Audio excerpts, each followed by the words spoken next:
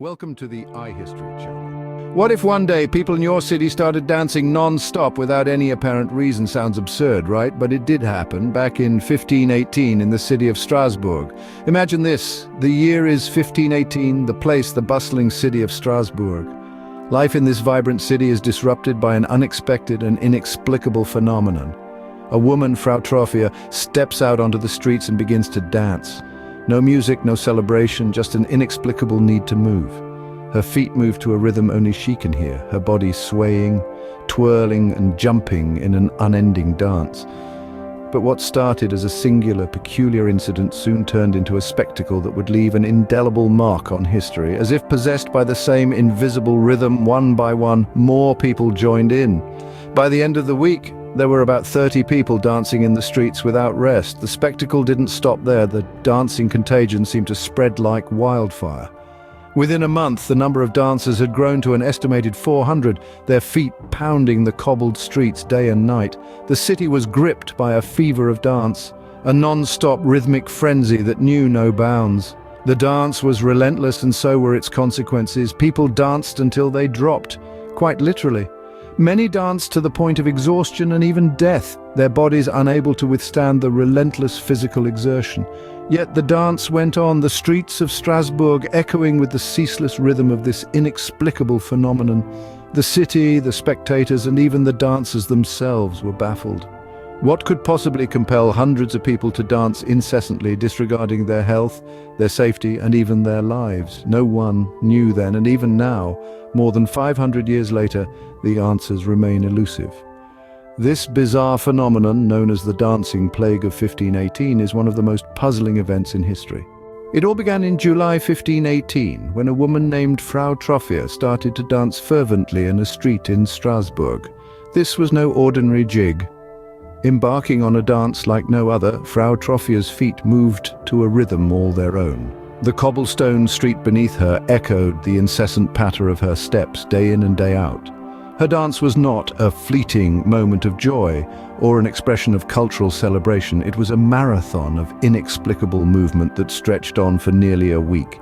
Imagine the spectacle of it, a solitary woman dancing with relentless fervor on the streets of Strasbourg. Her dance was not a performance. There was no audience to applaud her, no music to guide her steps. Yet she danced as if driven by an unseen force.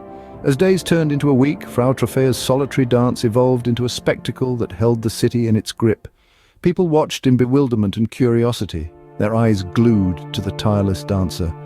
But then, something even more extraordinary happened. One by one, people began to join her. From a solitary figure, Frau Trophia's dance had turned into a gathering, a multitude of bodies swaying, twirling, and leaping in unison. Men, women, children, the young and old alike were drawn into this strange dance. By the time a month had passed, around 400 people had joined Frau Trophia in her relentless dance. The streets of Strasbourg were transformed into a grand stage, where hundreds danced non-stop, their bodies moving in a rhythm that was all their own. This was no festival, no planned event. It was as spontaneous as it was inexplicable. The strange thing was, they weren't dancing for joy or celebration. It was as if they couldn't control their own bodies. A city caught in the grip of an unexplainable phenomenon, dancing till they dropped, in a spectacle that would leave an indelible mark on history. This was the beginning of the dancing plague of 1518. As the dancing spread, so did the fear and confusion. The authorities were baffled and the city was in chaos. The city of Strasbourg was swirling in a whirlwind of frenzy and uncertainty. The local authorities were as stunned as the citizens. This was not an enemy they could fight with swords and armor. No, this enemy was elusive, ethereal almost, and it was driving the city to the brink of madness. The local government, desperate to control the situation, took drastic measures. They opened the city's grain reserves, hoping that food would quell the unending dance. But the dancers continued, their feet pounding the cobblestones in an endless rhythm of despair. Physicians were brought in from neighboring cities, but they too were at a loss. They bled the dancers, a common practice at the time, believing it would rebalance their humors. But the bloodletting only weakened the dancers, doing nothing to halt the relentless dance. Religious leaders were not far behind. They conducted exorcisms, believing the dancers were possessed by evil spirits. But the holy water and prayers fell on deaf ears as the dancers continued their macabre performance. Even scientists of the time were involved. They proposed theories, concocted potions, and even suggested the music be stopped. But the dancers seemed to hear a music all their own, a haunting melody that no one else could hear. The city was in a state of pandemonium. The dancing continued day and night, week after week. The relentless rhythm took its toll. Exhaustion crept in slowly but surely. Dancers collapsed, their bodies unable to keep up with their frenzied minds. Some never rose again. The dancing plague was no longer a peculiar spectacle, it was a deadly epidemic.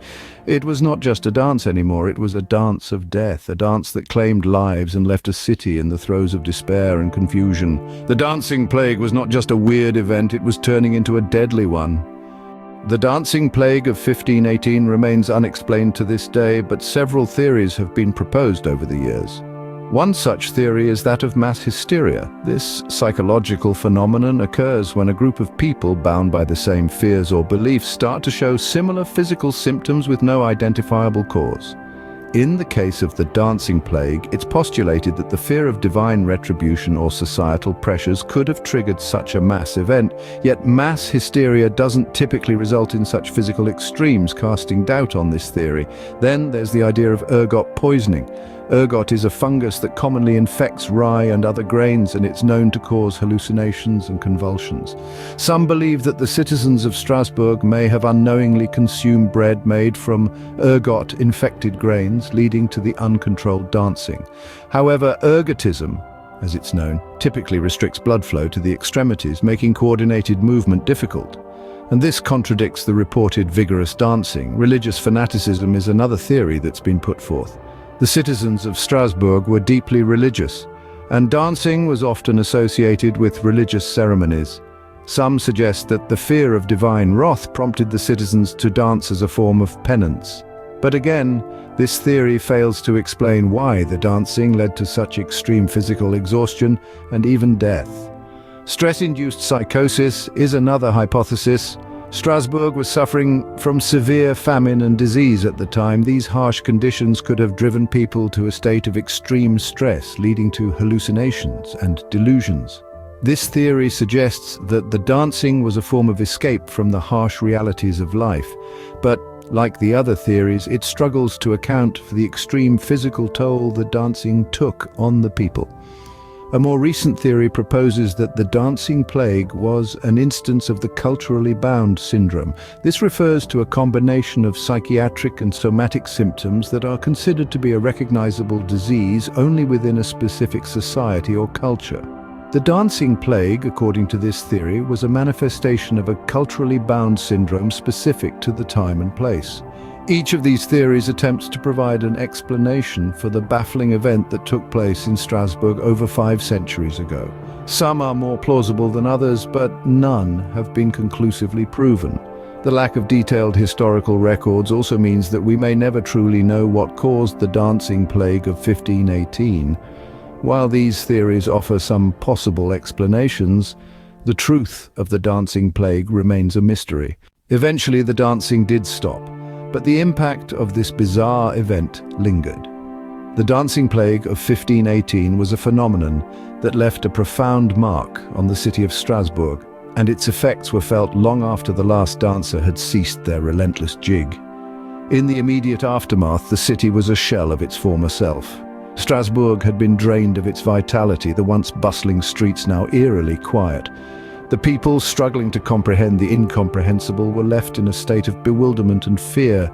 The city's spirit was wounded, and it took many years for the community to recover. The dancing plague also had a profound psychological impact on the survivors. They were left with the haunting memories of their friends and neighbors dancing to the point of exhaustion and death. The echoes of this traumatic event resonated throughout their lives, casting a long and somber shadow. Art and literature have played a crucial role in preserving the memory of the dancing plague. Paintings from the period depict the surreal spectacle, the sense of chaos and despair palpable in their brushstrokes. These works of art serve as a chilling reminder of the power of the unknown, of the thin line that separates sanity from madness. Over the centuries, the dancing plague has made its way into literature as well. It has been immortalized in poems and novels, its mystery and horror captivating the imagination of writers across generations.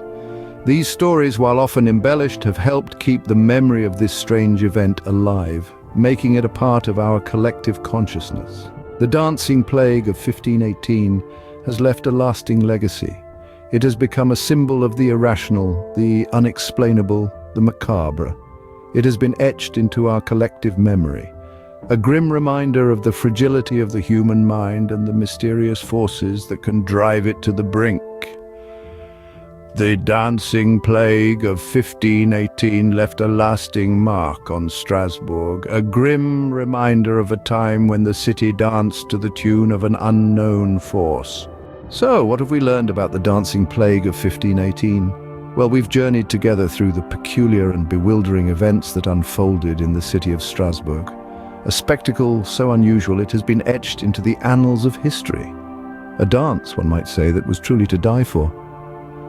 We began by setting the stage, painting a picture of Strasbourg in 1518, a city gripped by a bizarre phenomenon, where people began to dance with an unyielding fervor, non-stop, until they dropped from sheer exhaustion and, in some cases, even death. We then delved into the commencement of this strange dance, a dance that seemed to have no rhythm or reason, yet held the city in its relentless grasp. It was as if an invisible puppeteer had taken control, leading the dancers on an exhausting and deadly waltz. From there, we explored the escalation of the event. The dance spread like wildfire, ensnaring more and more citizens in its deadly whirl. The city was in the throes of an inexplicable, uncontrollable frenzy, a spectacle that left onlookers baffled and terrified. And of course, we looked at the theories. The theories. From religious fervor to mass hysteria to ergot poisoning, each explanation more fascinating and confounding than the last. And yet none of them fully able to explain the strange occurrence that has puzzled scientists and historians for centuries. Finally, we journeyed through the aftermath and the legacy of this perplexing event. The dancing plague of 1518 remains a topic of intrigue, a mystery that continues to captivate us, even after all these centuries. While we may never know the true cause of the dancing plague, it serves as a stark reminder of the inexplicable and mysterious events that history often presents us with. Thank you for watching the video. Subscribe to the iHistory channel, like and share. Also, don't forget to activate the notification bell.